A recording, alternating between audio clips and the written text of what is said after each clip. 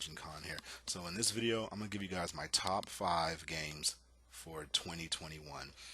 Overall, 2021, I think the games that came out this year I think they were kind of interesting.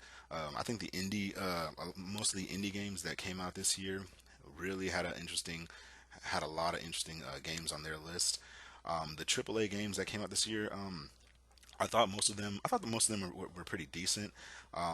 I did find some that I personally enjoyed, but obviously for me it was more indie games more than anything. I thought the indie games that came out this year were just they were great, but indie games I think indie games are always going to do really good. The AAA games that came out this year, they were okay at best. I don't think they were anything that mind blowing. But let's go ahead and get into this list, man. We're gonna go ahead and get off into this list right now. So coming in at number 5 is Death's Door. This game was a hidden gem. This game is great. I don't think it was a sleeper. It came out early this year. I think it came out kind of early this year, but I heavily enjoyed this game, man. This game was so good. It had an interesting story, very unique world building that this game did. I liked the fact that you didn't really have too much of a weapon arsenal in this game. That you kind of had a small one that you had to choose from, and that's good. I think sometimes less is more. Less is more when it comes to your weapon wheel choices. And this game was really good. It's definitely deserving of a second playthrough if you're trying to get all the achievements. It definitely has a decent difficulty setting that goes with it. So Death's Door is definitely worth being in a top 5 games or top 10 in anybody's list of 2021. This game is extremely good, and I loved playing it. And coming in at number 4 is going to be Metroid Dread. It's about time. It is about time we get a good Metroid game. It's been way too long, and it's been way overdue. Metroid needed a banger. It needed some respect put on its name because man, it's been way too long. Metroid Dread it goes back into its older the Metroidvania world. It's not a 3D, but it's still very good and it's still deserving of a lot of respect. This game, if you're into, like I said, if you're a big fan of the Metroidvania games, this game is going to be all for you. Now, some people may come at my head saying, "Well, why isn't this game in your top 3?" And the only reason why is because there was other games that I enjoyed more. That's not to say that I didn't enjoy this game at all, but I did enjoy other games a little bit more. But Metroid Dread definitely have to get must play. It's about time we get a good Metroid Dread game. I loved this game. I didn't do a first impressions on this game only because I've been really busy this year with work, really busy, more than I have in the past. But definitely Metroid Dread. I love this game. Must play this game if you're a Metroid fan. Please play this game if you're a Metroid fan because it's about time they put some respect on Metroid Dread's name. All right, and coming in at number 3 is going to be Pokemon Brilliant Diamond and Shining Pearl. But in my case, I purchased Brilliant Diamond. Now, Pokemon Brilliant Diamond and Shining Pearl is the remake that I've been waiting for of the versions that I loved.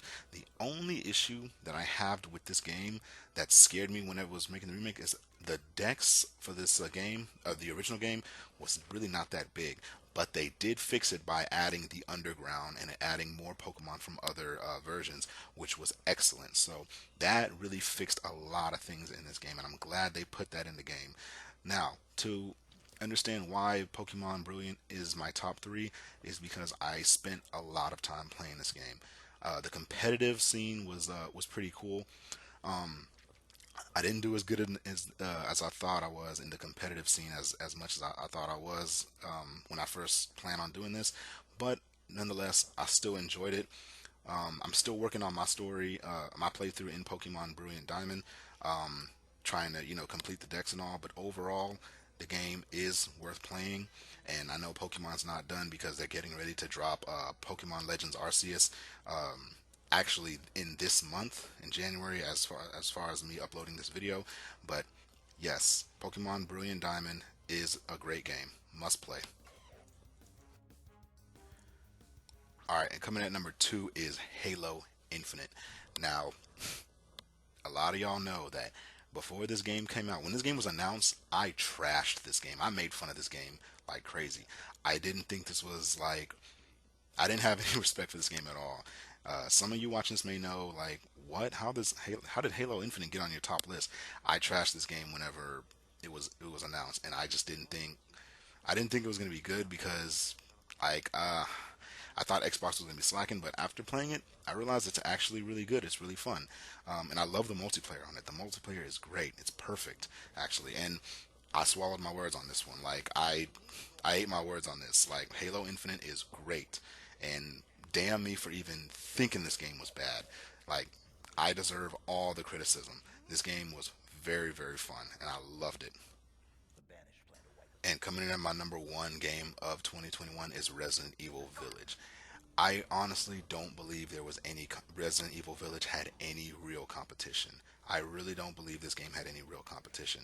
It was the only game that seemed like it had effort put, like some real time and effort put into it. It was, I think it was done mostly right. Now it wasn't as now the game wasn't as scary as I originally thought it was going to be, but it was still good. It was much more action in this game than it was in the previous one, and I think this game really was like I knew when I played this game it was going to be number one from the get go.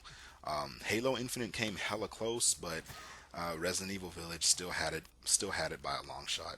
So there was no real competition for Resident Evil Village. It had it on lock for the whole year, and I enjoyed this game a lot. I enjoyed this game a lot.